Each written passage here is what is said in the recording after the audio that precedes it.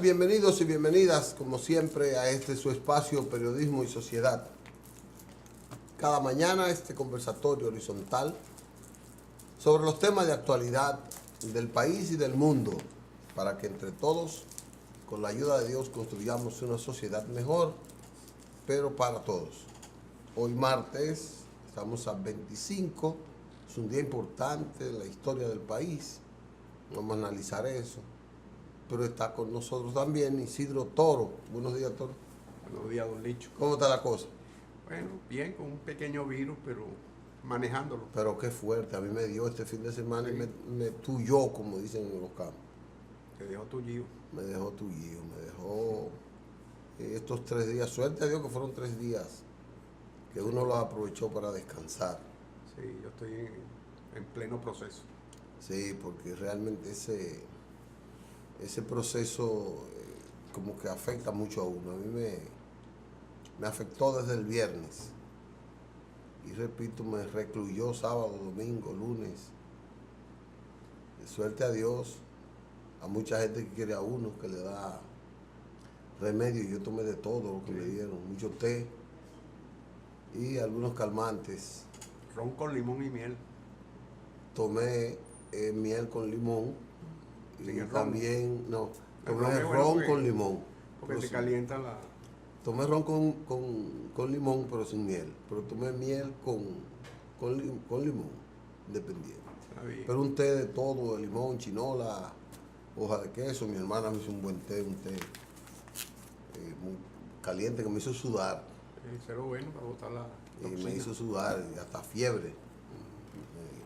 Pero ya estamos bien, gracias a Dios. Y estamos aquí. Hoy 25. Usted sabe que un día como hoy fue el golpe de Estado Sí, al presidente al Bosch. profesor Bosch, al presidente Bosch. Un golpe de Estado que se venía fraguando desde hace mucho tiempo. Fue un ensayo bastante bien practicado. El gobierno de Bosch, que fue el primer gobierno democrático a través de las elecciones, después de acribillar a Trujillo, después de los 31 años.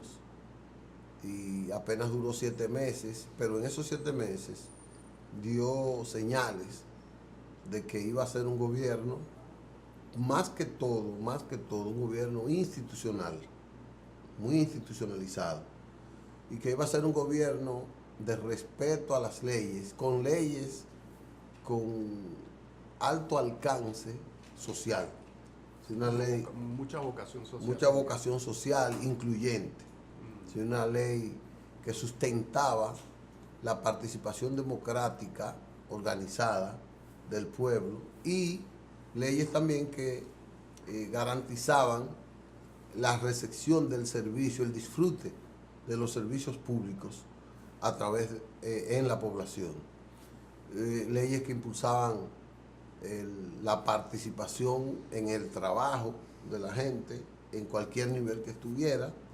Y sobre todo, demostrado en la práctica, había una vocación para respetar la propiedad pública. Sí, el funcionario fue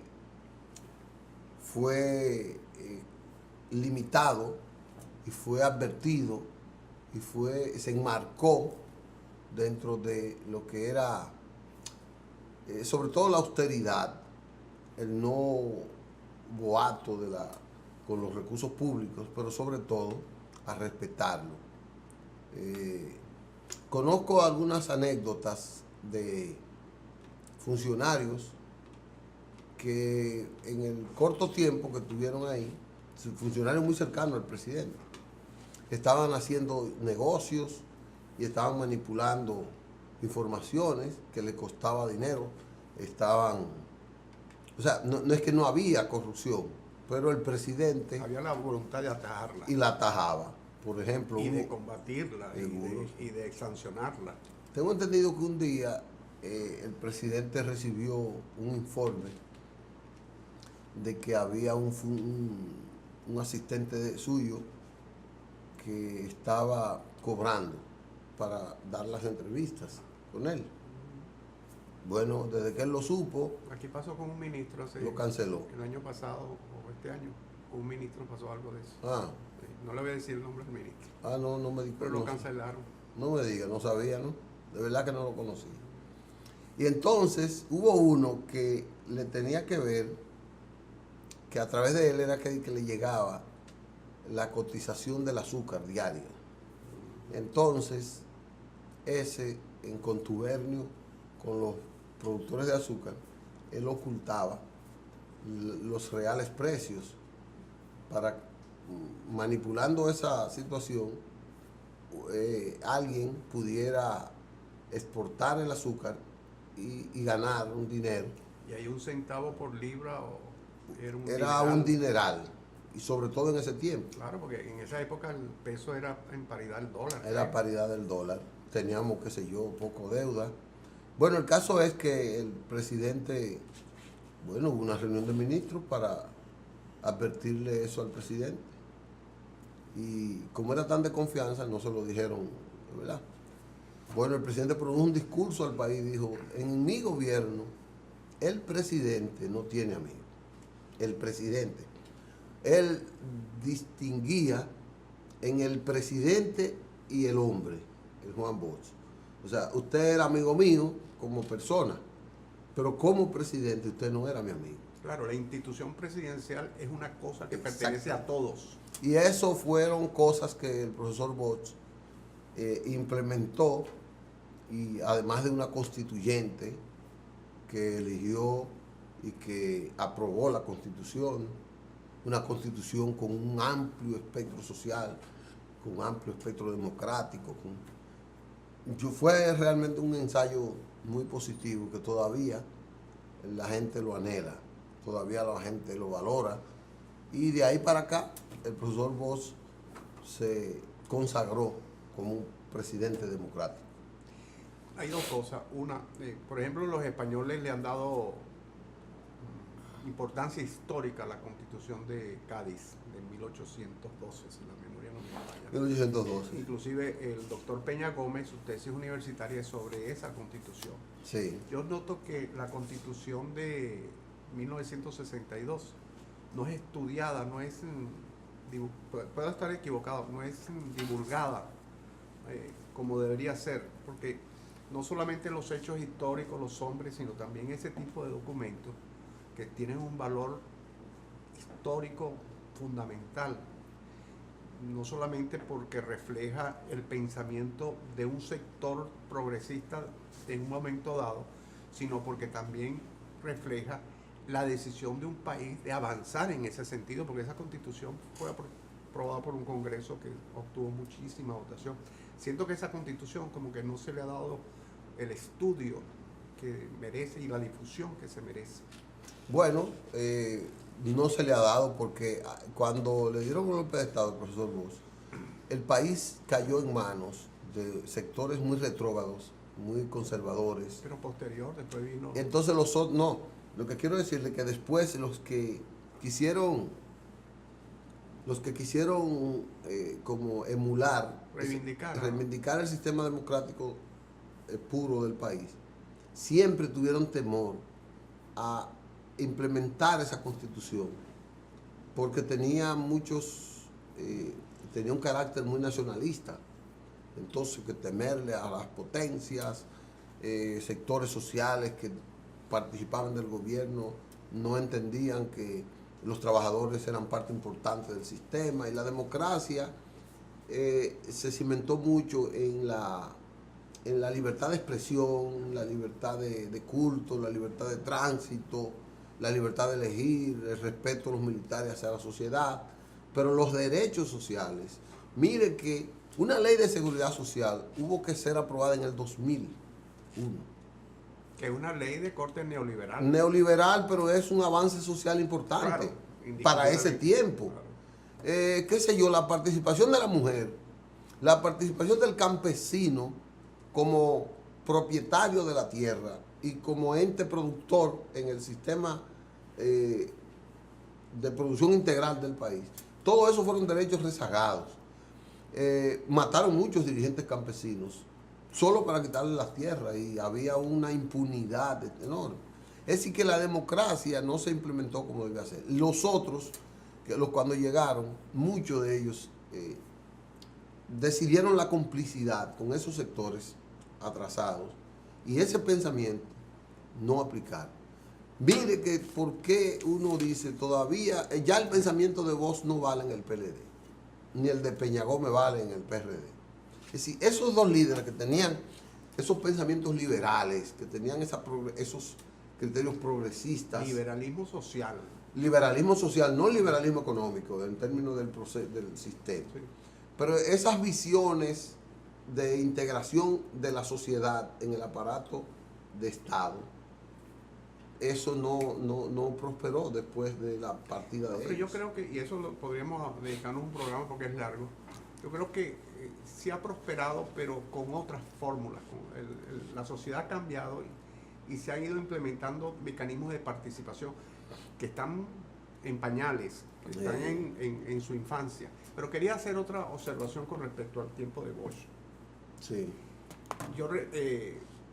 Ahí se aplicó la doctrina Betancourt.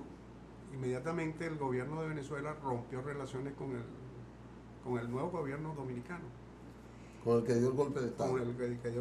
Y recuerdo, o sea, por los libros que he leído, yo en esa época tenía 13 años de edad, aunque recuerdo las noticias, y eso fue el derrocamiento de Juan Bosch en Venezuela tuvo resonancia.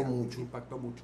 Pero recuerdo que al gobierno de Venezuela se le criticaba que con ese país que rompía, Venezuela quedaba aislada solamente con relaciones con Colombia, Costa Rica y no sé qué más país. Porque todo el resto y México, no sé si había un cuarto país, porque el resto de América Latina estaba en manos de militares, de gobiernos producto de la fuerza. Era, claro, también producto de la Guerra Fría. Con Chile tenía relaciones en ese tiempo. Sí, con Chile, Costa Rica, México, Colombia. Era muy poco, realmente estaba aislado en el concierto de naciones hispanohablantes. Era producto de la Guerra Fría. O sea, allí se dio como una operación dominó una cantidad de... Ahí se inició la política de lo que le llamaban el Cóndor. Sí. Que era la política de la militarización y así como americana de Estados Unidos. Aquel jurista Rodó. Que contrario a lo que uno cree, comenzó con Kennedy, comenzó con los... Sí, con los demócratas. Y me recuerda a aquel jurista, y quizás nuestro invitado, el doctor Denis Olivero, nos puede hablar algo de eso, brevemente. La doctrina Rodó, creo, de un jurista argentino a principios del siglo XX que también reivindicaba las democracias. Y esa doctrina fue modificada por la doctrina Betancourt, que fue, por supuesto, Betancourt era un jefe de Estado y la aplicaba y rompía relaciones económicas, comerciales, políticas, diplomáticas. Sí, era radical, era impactante. Entonces, eso tampoco se ha reconocido. Así como no se ha reconocido intelectualmente, históricamente se le ha reconocido al profesor Bosch su paso y su pensamiento, pero ese concepto de la Constitución quizás no se ha reconocido plenamente. Tampoco se ha reconocido esa postura democrática radical de Betancourt en beneficio y en solidaridad con los países hispanoamericanos. Bueno, yo creo que Venezuela, aún después de Betancourt, jugó un papel preponderante, porque Carlos Andrés Pérez... No, Leoni, déjeme decir... Es más, Raúl Leoni fue... Vino Lucín, pero perdone, Lucín vino antes. Leoni reconoció el gobierno de Camaño. Sí. O sea, hubo dos países de América Latina que reconocieron el gobierno de Camaño. No recuerdo cuál fue el otro. Uno fue el gobierno de Leoni. Creo que México. No sé, no te sabría decir, no lo guardo ahora en el archivo. Pero sé que fueron dos. Uno sé que es Raúl Leoni. Hay una anécdota que el canciller estaba en Italia y le llama y diciéndole en la noche que habían dado un golpe de Estado, que había estallado la revolución, etcétera, que habían invadido los americanos. Y entonces Leoni dijo, bueno, vamos a reconocer el gobierno de Camaño. Gobierno revolucionario. El gobierno revolucionario. Sí, porque, repito, había un Una ascenso. respuesta diplomática fuerte. Sí, muy fuerte, sobre todo, como usted decía, se iniciaba con fortaleza la Guerra Fría. Los cancilleres norteamericanos y rusos, que eran los que preponderantemente dirigían el mundo. Leonid Brezhnev era el canciller. En esa época, sí, creo que era Brezhnev. Tenía una posición ruda, Que fuerte. después fue el secretario general del partido. Y después fue secretario general por supuesto, del partido. jefe de la Unión Y Soviética. Estados Unidos tenía a Kissinger, que era una persona como un halcón. Era un halcón, era una persona con un amplio conocimiento, pero era un asesino. Era una persona de fuerza y montó los gobiernos. En el 70 se abría un panorama democrático en América, en Chile, Argentina, el Perú. Venezuela estaba sólida en términos de la democracia. Costa Rica también. México siempre fue así. México era la bandera. México y Chile eran como la bandera. México, Chile y Venezuela eran la bandera democrática. Sí, Costa Rica. Y Uruguay, que le decían la Suiza de América. Pero tenía eso. Exacto. Eso. Y estaba también muy lejos, no colaboraba tanto No, y hubo gobiernos militares. con la solidaridad. Yo recuerdo que hubo un caso de que un grupo de exiliados se metieron en la embajada de Venezuela en la época de Carlos Andrés Pérez. Y el ejército entró a la embajada y lo sacó. El ejército uruguayo, eso trajo un lío diplomático y ruptura de relaciones. Bueno, el caso es que Bosch fue derrocado. Eso le quitó a Bosch el espíritu democrático, que lo frustró. Y él de ahí comenzó a escribir contra la democracia que Estados Unidos nos estaba vendiendo, la democracia representativa. Y entonces él cambió de visión. De ahí sacó el libro Crisis de la Democracia en América. Eso es una descripción del halconismo, pero también trajo aquí una teoría que llamaba dictadura con respaldo popular. Eso chocó con esa corriente democrática, liberal, de participar en elecciones, de elegir.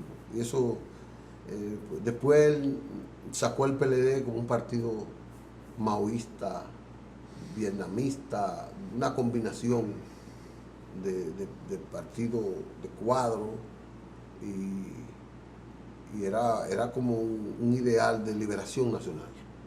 Bueno, lo llamó así. Exacto. Entonces ya él comenzó a perder, nunca creyó en el proceso democrático, nunca más. Cuando participaba era para ridiculizar, pero nunca más creyó en eso. Hasta el punto que en el 78 se dio un ejemplo democrático en el país, unas elecciones que la ganó Antonio Guzmán, sí. Y él salió. Bueno, la ganó, usted sabe, también igualmente con una defensa feroz, porque le tenían un fraude montado a don Antonio. Pero había una voluntad popular, sí, expresada, sí, y dispuesta a todo para que se respetara ese derecho. Y había un concierto mundial. ¿En esa junta electoral no fue donde estalló una granada? No. ¿No fue en esa? No. En eso los militares interrumpieron el conteo del voto. O algo pasó, sí. Así, y dieron golpe de Estado la noche del 16. Lo que pasa es que fue muy reprendido por la comunidad internacional. Sí, Mitterrand, Carter, Mitterrand, Helmut Schmidt, Carter, el propio Carlos Andrés Pérez, que movilizó el mundo, porque Peña Gómez movilizó a Carlos Andrés Pérez, Mario Suárez.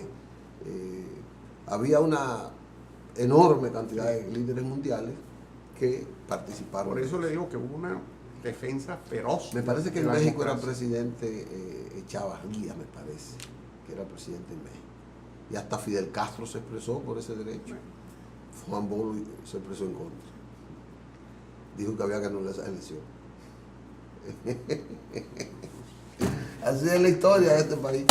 Mire, Toro, usted invitó a Denis.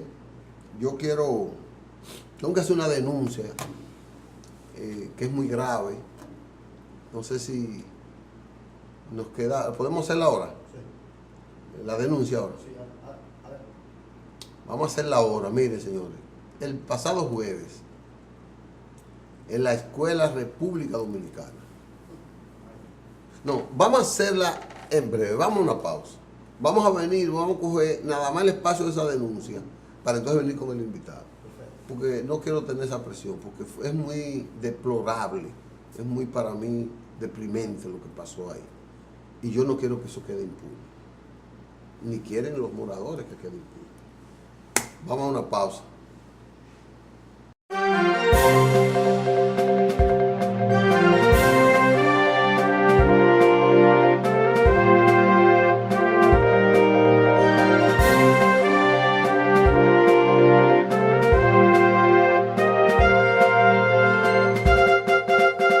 Bueno, gracias. Regresamos con ustedes. Aunque tenemos a Denis aquí, nuestro gran amigo, yo quiero hacerle la denuncia hoy. No quiero, lástima que no estamos en nuestro habitual red, pero miren lo que pasó. El pasado jueves, un niño de 9 años fue violado en la Escuela República Dominicana, en el baño. Esa escuela tiene cerca de 3.000 niños y tiene 2 baños. 2 baños. El niño entró, fue un joven y lo obligó a abrir la puerta, cerró la puerta. El niño duró casi 1 hora en el baño. Según nos cuentan, tocó una señora, después la persona salió casi 1 hora después. Esto desnuda muchas cosas, pero yo estoy contando el hecho para que ustedes sepan todo lo que desnuda. Supuestamente una persona que trabaja en la escuela, después que tenía tanto tiempo cerrado, el niño, siendo abusado ahí adentro, entonces el que lo estaba abusando abrió la puerta y se mandó. Nadie le preocupó que estaba haciendo ese tipo con el niño, y el niño sale que no puede caminar. El niño va a su aula, no puede sentarse, no puede hacer nada, y nadie se preocupó qué le pasó a ese niño. Cómo ese niño duró 1 hora fuera de su aula, después vuelve en condiciones deprimentes, así. Despachan al niño y nadie se preocupa. La abuela lo ve, lo va a buscar todos los días, una señora casi indefensa, desvalida, y lleva al niño y le pregunta qué te pasa. Y el niño le dice que no pasó nada, que no pasó nada. El niño con temor, el niño ocultando eso, no pasó nada. El niño se baña, todo, la mamá, el niño no puede salir de la casa ni nada. La abuela dice, tú vas a tener que decirme qué es lo que está pasando con esto. El niño no le dice que nada, que fue que el niño es estreñido y que le cuenta a la abuela que él tuvo esa dificultad en el baño. La abuela se queda con esa duda. Al otro día el niño lo mandan a la escuela otra vez. El niño no puede sentarse en la escuela, en la butaca. El niño no puede hacer clase y dura su día entero y no hubo nadie que se diera cuenta de que ese niño estaba en problemas hasta que volvió la abuela y le dijo, tú vas a tener que decirme por qué tú estás caminando así. Y la abuela lo lleva al baño y ve ese sangrerío y todo. Entonces el vecino dice, este niño tiene un problema. Un vecino de un callejón de la más extrema pobreza que uno puede ver en este país, en vías agrícolas, donde viven. Yo tengo la foto y la voy a pasar. No voy a poner nombre ni nada, pero voy a pasar la foto. El niño lo llevan a la fiscalía y mandan a un legista. Y el legista no pudo detenerle la hemorragia. Porque era un sangre. 2 días ese niño en esas condiciones. En la escuela no se dieron cuenta que ese niño fue violado. 2 días. En la escuela no le preocupó nada de lo de ese niño. En la escuela alguien, dicen que fue un joven, que uno no sabe si es de la escuela o no es de la escuela. Peor, si no es de la escuela, ¿cómo entra? Y si es de la escuela, ¿cómo permiten que ese muchacho pueda tener esa facilidad de entrega? El niño está interno en lo que llama aquí la Angelita, en el Robert Rica Cabral. Anoche estaba fuera de peligro.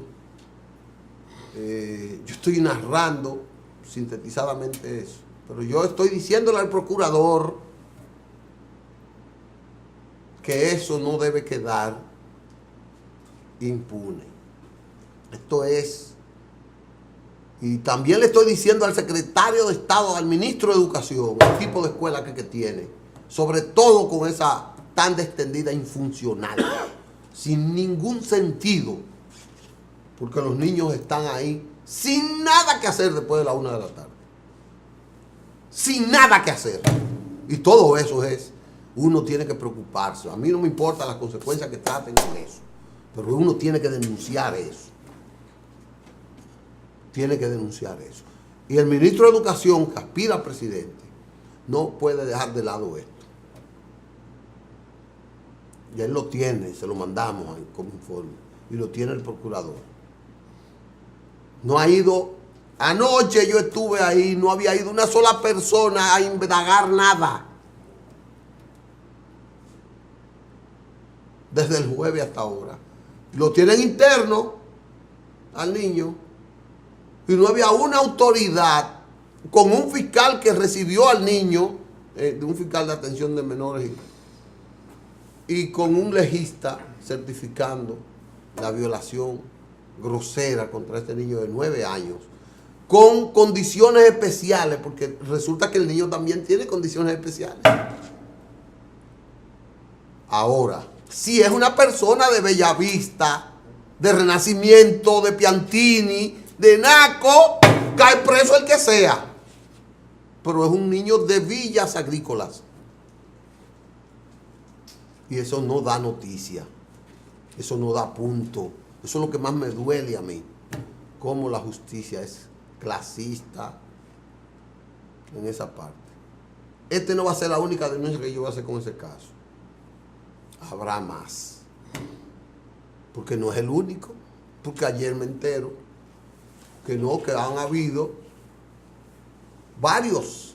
Y han habido no solo varios, no, sino de la forma atroz en que han ocurrido otros crímenes infantiles en esa demarcación, en esa manzana, en esas manzanas, que hay que entrar ahí para saber que aquí hay poca visión de la pobreza. Hay que entrar a esos callejones. En una casucha donde viven 16 personas, donde nada más cabe la cama, una cama de ese mueble, una mesa con una silla, ahí viven 3, 4 y 5 personas.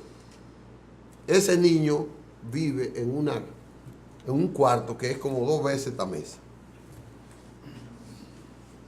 Eso es deprimente lo que yo viví. Deprimente lo que hay ahí.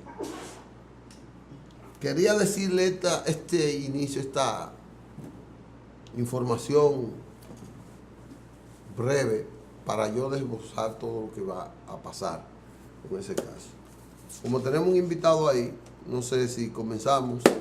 Isidro Toro lo tiene, así que buenas tardes, buenos días, Denis. Buenos días, Licho. ¿Qué tal? Esa parte. Isidro, ¿qué tal? Días. Buenos días. Tenemos hoy al licenciado Denis Olivero, luchador social, un trabajador por el cambio social, maestro masón. Maestro masón. Sí, maestro masón. Pero los masones tienen muchos maestros. Y bueno, Y bueno, Sí, y de mucha sensibilidad social.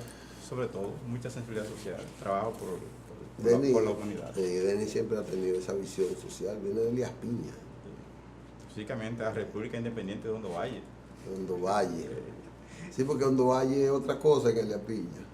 Mire que a Hondovalle no se entra por Elías Piña. ¿No? Entra por San Juan, por el por cercado. la Maguana. Por el cercado. Por el cercado que se entra a Hondovalle, no es por Elías Piña. Y de hecho está desconectado a la provincia. Totalmente desconectado. Usted tiene que dar una vuelta. Tiene que dar la vuelta. Podemos elevar eso a provincia y No, lo que tiene que pertenecer a San Juan. oye, pero te salió el regionalismo ya dicho. No, pero es más lógico. Es más lógico, de hecho, ¿verdad? porque la comercialización de Hondovalle es fundamentalmente con el municipio de Las Matas de Haití Pasán. y el cercado y las matas. Sí, ese con Las Matas sí es. Porque para cruzar de Hondovalle a Elías Piña, tiene que ir en un helicóptero. Sí, está la carretera internacional, pero realmente intransitable. Pero usted tiene que darme una vuelta por allá. Usted no se imagina. O si no, venir por Matallaya. El cercado, Las Matas. y Venir el entra de cercado, ahí. la mata, Matallaya y entre Elías Piña. Tiene que cruzar 2 municipios de la provincia de San Juan para llegar a la común cabecera. Oiga, ¿qué es lo que yo le estoy diciendo? Antes, para usted ir, por ejemplo, a Boca Chica, es como que usted tenga que ir de Boca Chica a Pedro Bravo, cruzar Sabana Perdida y llegar a la guerra y salir después caer en Boca Chica. Es eso lo que yo le estoy diciendo. Es ilógico, ilógico. Es por ahí que le estoy Si tú diciendo. tienes que recorrer 2 municipios de una provincia diferente para entrar al municipio cabecera de tu provincia. Sí, eso no puede ser. Porque la división antes se hacía fundamentalmente ubicando geográficamente los municipios y también como son, la provincia de Las Piñas tiene municipios que hacen frontera. Los municipios están casi todos, a excepción del llano, ubicados en la frontera. Pero en esa época, cuando se crearon esa provincia, no existía medio de comunicación, o sea, la comunicación era por animales que se hacía en caballo, pero una vez se modifican y se hace en la carretera, el tránsito natural cómodo es por la mata y el cercado, porque entonces la carretera internacional, que es la que debe comunicar a todos los municipios, provincias de la frontera, no es muy accidental y el costo, irme a los estados nunca le ha interesado poner incluso transitable esa carretera. Elías Piña es una provincia rica en medio ambiente, es una provincia con río, con un monte, con mucha producción agrícola, pero poco atendida. Y Hondo Valle es uno de los municipios más productivos que tiene Elías Piña. Con un clima excepcional. Con un clima, pero un microclima especial. Estamos hablando de 21 grados promedio al año. Uy, qué Y sabroso. pluviometría sobre 1500, que es ¿Seguro? sobre todo bastante alta. Creo que estaban inventando una presa, no sé. No, lo que está en La Piña es una presa que represa el río Altibonito por los lados allá de Bánica, Pedro Santana. O sea, en Hondo Valle las condiciones de los ríos no permite la cantidad para represarlo. Pero así quizás una laguna, pero para represarlo como presa como tal. Pero es Elías Piña, está en la frontera, es uno de los pueblos más pobres que hay. Sí, estamos en la provincia más pobre. ¿Qué habitantes tiene Elías Piña? La Piña tiene alrededor de 70.000 habitantes, ¿Tú crees? más o menos, por ahí anda. Aunque en términos de votantes anda. Votan 10.000, 15.000 menos. Votan ahí, sí, porque también hay de esos votantes, Migración.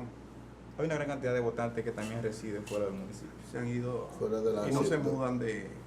No cambian. Mantienen la Exacto. residencia electoral, Pero, exacto. pero viven fuera del municipio, No muy, votan. más bien fuera de la provincia. Aparecen como abstención porque no votan. Sí, la verdad- Votan, muchos votan. Muchos votan, pero muchos no pueden votar, porque Sí. es imposible tú lograr manejar el día de las elecciones la cantidad de votantes. Es una cantidad enorme y no pueden ir a votar. Pero siguen manteniendo la residencia electoral. Allá gana un síndico con 300 votos. Un síndico. Un poquito más. Un alcalde. Un poquito más. 400, Sí, un poquito más. 500. Pero realmente sí, es una provincia de un éxodo enorme. O sea que estoy hablando de municipios como Hondo Valle, como Pedro Santana. Santana, Bánica. En Juan Santiago es un municipio, ¿no es verdad? Un municipio, sí, lo hicieron en el 2002 municipio. Y Juan Santiago viven, Sí, también. yo creo que no viven 1.000 personas, ¿no? Más o menos bien. Un Una municipio. población como, digamos en términos electorales, quizás 1.000 y pico de votos, pero hay como 5.000 votos. 5.000. Eso es un municipio. Un municipio. 5.000 habitantes más o menos. Seguro. Sí. Y si usted va a Los Llanos, donde un amigo, Los Llanos es que se llama, El Llano. El Llano. El Llano. Sí. Un municipio que en la época de los 80 fue improductivo, sobre todo Fue muy productivo. cuando la producción del maní se desarrolló un proyecto de cunicultura. Y sigue siendo de los municipios más productivos de la provincia. Porque Sí. ellos tienen, están organizados hace muchos años, un municipio que también... Pero está muy desatendido. No, la provincia de Las Piñas es un desastre. Es un desastre, entonces el país comienza por la frontera, pero la frontera nuestra... Pero termina también por la frontera. Allá termina realmente, sí. Yo quise declarar territorios independientes, pudiera ser un mecanismo. Sí, pero tiene un senador, 2 diputados, tiene 8 síndicos, creo. ¿No es verdad? Sí, hay 6 municipios y 6 distritos municipales. 12 síndicos.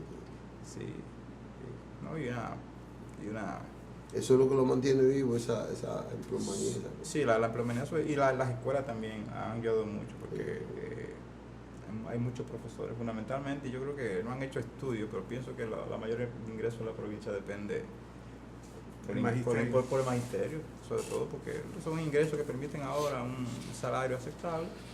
Y la gente allá, lamentablemente, la producción se ha caído en la provincia completa y eso no permite que la gente viva en condiciones mínimas. Sí, vale. No vamos a lamentar mucho de Piña. Sí. Hablando de producción, ¿cuánta producción no se pierde? ¿Cuánto alimento no se pierde? De eso queremos que nos hable un poco. Sí, no, realmente las estadísticas que tienen globales en términos de que la FAO, que es el organismo de las Naciones Unidas que tiene que ver con la alimentación y la agricultura, habla de que 1/3 de la producción mundial de alimentos se pierde. O sea, de cada 3 kilos se pierde 1 kilo. 1 kilo aproximadamente. Eso es mundial. Mundial. Y lo mismo representa para los países subdesarrollados también. La diferencia es que en los países desarrollados se pierde después de la producción. En los países subdesarrollados se pierde en el proceso de producción. O sea, en los países desarrollados se pierde en la comercialización, en el mercado. O se vence en el mercado, entonces se pierde y la botan. Sí, una parte del mercado y otra parte durante el consumo. Por ejemplo, la gente que va a los restaurantes, que le sirven un manjar de todo el tamaño que lo ha pagado, probablemente coma solamente una porción de esos alimentos. Si se lograse que la gente eleve el nivel de conciencia y aportemos todos a la aldea global, porque el mundo es una aldea global y las acciones que cada uno individualmente haga contribuyen a la mejoría del mundo. Lo que pasa es que la tendencia del mundo es que nos concentremos en nuestras propias necesidades y desconozcamos, por ejemplo, que las cosas que yo pueda economizarle al planeta sirven para el beneficio de otras personas. En América Latina estamos hablando de decenas, de alrededor de 230 millones de toneladas al año que se pierden en alimentos, sobre todo en el proceso de producción y postproducción. O sea que en América Latina se pierde el alimento entre la producción y el mercado. La producción y el mercado. O sea, ahí es donde se pierde la mayor cantidad de alimentos. Correcto. Y una parte mínima en postproducción. Ya en el proceso de una vez el producto consumido, apto para consumir, sea por vencimiento, sea por otras anomalías del producto. Entonces, ¿y cuánto es que se pierde en América Latina? Alrededor de 230 millones de toneladas por año. Es muchísimo, ¿no? En América Latina. En América Latina. Es muchísimo. Realmente es una cantidad exorbitante. Por año. Toneladas.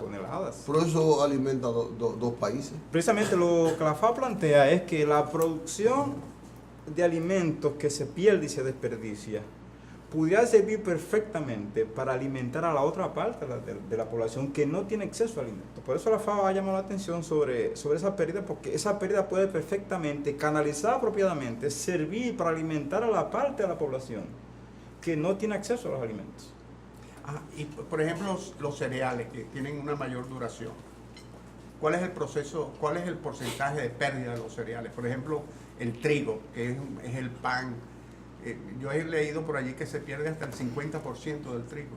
Sí, igualmente sí, que sobre todo hay que reconocer que las economías desarrolladas, sobre todo los grandes graneros del mundo, el trigo representa un producto de bastante incidencia y ciertamente cerca del 50% de esa producción se pierde, que pudiera perfectamente ser destinada a esas poblaciones que no tienen capacidad para adquirir los productos. Ahora, ¿qué está haciendo la FAO, los organismos internacionales, para paliar esa situación? Porque tengo entendido que hay muchas ONG, grupos sociales, movimientos sociales, que han hecho algún trabajo en ese sentido.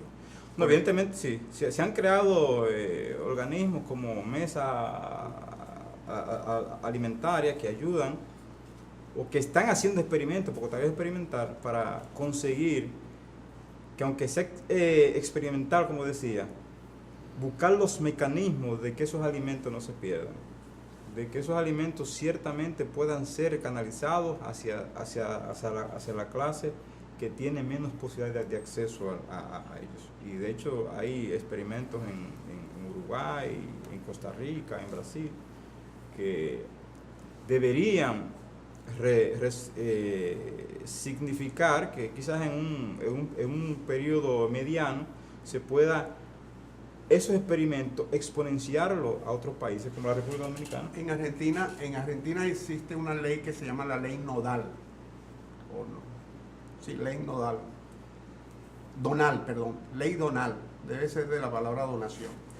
Que tiene un problema, un tema en el constitucional argentino, porque le declararon el artículo 9, creo, de dicha ley inconstitucional. Lo declararon porque no exonera de penalidad a la persona que dona si ese alimento en un momento dado genera un problema en el consumidor. Vale decir, si usted dona un alimento que tiene vencimiento hoy es martes, del viernes, y la persona lo consumió el otro martes, quizás le produce algún efecto. Entonces, esas personas demandan al donante. Esta ley originalmente exoneraba de culpas a ese donante.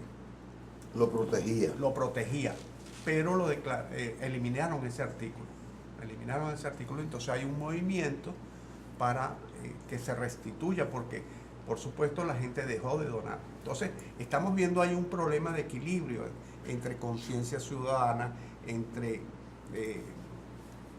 problemas legales, porque nadie tampoco va a donar algo para meterse en un problema.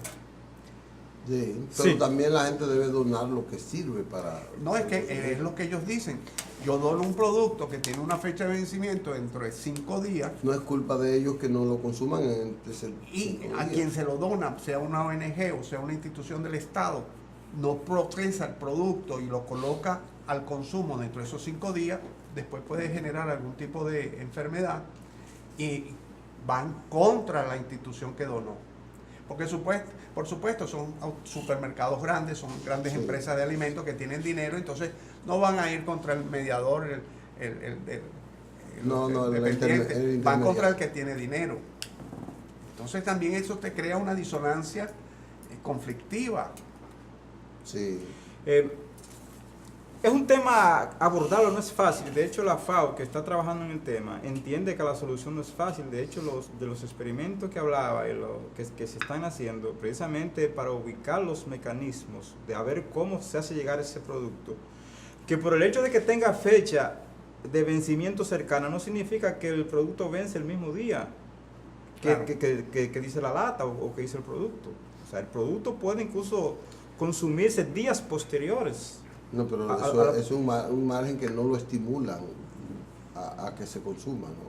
No, evidentemente. Como un asunto de salud. Es un tema complejo y por eso la FAO intenta de que los mecanismos para la distribución de esos productos, en vez de las grandes cadenas, pudieran ser organizaciones cercanas a los mercados. Por ejemplo, las ONG que trabajan en sectores desposeídos pueden perfectamente servir de canal para que esos productos puedan ser consumidos por gente que no representa competencia, porque hay gente que está en una condición económica tan precaria que no representa una competencia para los otros productos.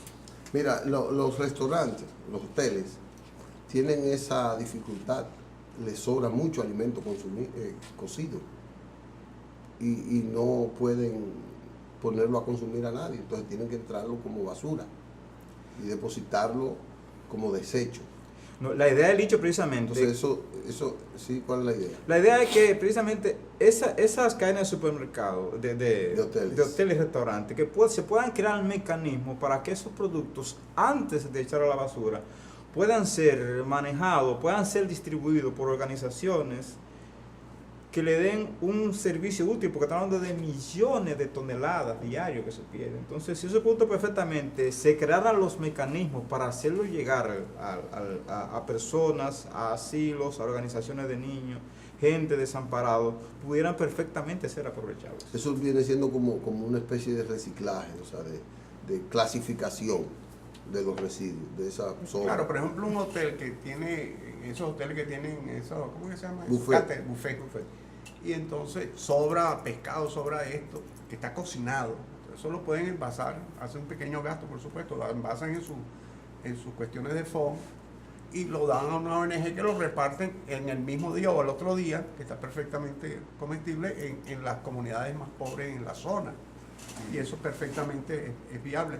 Y evita que se vaya a la basura centenares de kilos. En una cadena hotelera de esa que tiene yo no sé cuántos hoteles, cada uno puede botar perfectamente 100, 200 kilos diarios de comida. Tonelada, como dice Denis. Pero los enclaves hoteleros aquí, en la zona del este, Boca Chica, Puerto Plata, están rodeados De mucho de barrio. gente con un nivel de miseria enorme. En España hay un programa en el País Vasco que se llama Nevera Solidaria. Ya hay 20 ciudades con esos programas de nevera solidaria. ¿Qué es una nevera solidaria? Colocaron una nevera en un programa de una ONG con el ayuntamiento, colocaron una nevera en un sitio y la gente que le sobra su comida la envuelve, la empaqueta bien y la coloca en la nevera. Y viene otra persona que la necesita, abre la nevera y toma. ¿Qué ha sucedido? Que nadie toma más allá de lo que va a consumir. Vale decir, si a ti te sobraron 3 yogur y los colocaste que tienen fecha de vencimiento mañana o pasado mañana, viene una señora que tiene un hijo y agarra su yogur y el del hijo y deja el tercero allí para otra persona. Es un nivel de conciencia muy elevado. Unos niveles de conciencia muy elevados. Esa ONG ya tiene instalado 20 y pico neveras solidarias en 20 ciudades de España. Y ya hay una experiencia en Marruecos. Ya hay una experiencia en Marruecos. Okay. Pero también están los mercados, eso tiene un nombre, no recuerdo, pero son mercados gratis, que la gente va al mercado y toma lo que, y deja una contribución y se va. No, o sea, no es un pago que deja. Y eso también sirve. Eso sí. En los países desarrollados se da mucho ese tipo de actividad en la ONG. Pero aquí existe... y en República Dominicana. Existe el Comité Nacional para la Reducción y Prevención y Reducción de Pérdida de Desperdicio. Es un comité...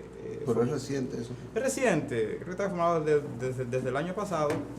Y hay también un anteproyecto de ley que se supone que debería regular esas actividades. Hay varios organismos del Estado que deberían a esta altura del juego haber diseñado o diseñar las políticas que permitirán la reducción y pérdida y desperdicio de alimentos. Y nosotros aquí, a modo de sugerencias, podríamos sugerirle que ese comité comience a trabajar con la zona de los hoteles, que tienen, como dije anteriormente, decenas de miles de gente alrededor de ellos, que posiblemente comen una vez al día. ¿Tú eres parte de ese comité? No, evidentemente que no, son funcionarios del Estado realmente, Pero puede haber una ciudadanía. Claro, que debería ser abierto. Sí, hay entidades públicas, me parece que hay cadenas de supermercados envueltos en el comité, pero mi sugerencia es que también que se involucre más también a la sociedad civil, sobre todo a ONGs que tienen mucho más acercamiento con las comunidades. Seguro. Porque el Estado aquí, uno tiene a veces que reclasificar el personal. El Estado tiene mucha gente, un personal numerosísimo, que hace poca cosa, que bien pudiera tenerlo, cualificarlo para fines del control. Lo que pasa es que los estados, cuando son tan centralizados, aunque República Dominicana no es un país ni pequeño, pero tampoco es un inmenso país, un país de 40 pero es muy millones, centralizado. pero es demasiado centralizado. Aquí cualquier jefe es un Trujillito. Entonces, ese tipo de programas se dan muy bien con los municipios, pero cuando los municipios también tienen competencias. Que también es centralizado. O sea, hay como una línea de la no apertura en el ejercicio de la ciudadanía en los diferentes estamentos del porque poder. los canales de participación son medio complicados. Bueno, mira, Toro, Denis va a tener que volver. Claro, es que no dejó con el caramelo en la boca. Porque realmente él merece más tiempo. Porque el tema es muy impactante y es muy importante. Perfecto, y tenemos que alguna sugerencia adicional que más adelante en el próximo programa pudiéramos hacerle para que sea efectivo realmente. Vamos a invitarlo para que nos termine de hablar de esto y nos hable del 160 aniversario de la masonería dominicana, que se cumple ahora. La masonería quizás después de la iglesia es la institución más añeja, más antigua que sobrevive en la República. Y que mejor formación le daba a los hombres antes, no sé ahora. No, todavía sigue pero siendo. Vamos a hacerlo en el otro programa. Perfecto. Porque ya los muchachos me dijeron que nos tenemos que ir. Con mucho gusto. Vamos a invitarlos a que mañana estén con nosotros. Ojalá que haya internet y entonces nos podamos salir por las redes en esa parte. Mañana con Periodismo y Sociedad Jurídico estaremos con Omar Ramos Camacho, que tuvo una participación excelsa el domingo en Mao, con una conferencia sobre la ley de partidos políticos. Muy bueno. Hasta mañana, si Dios quiere.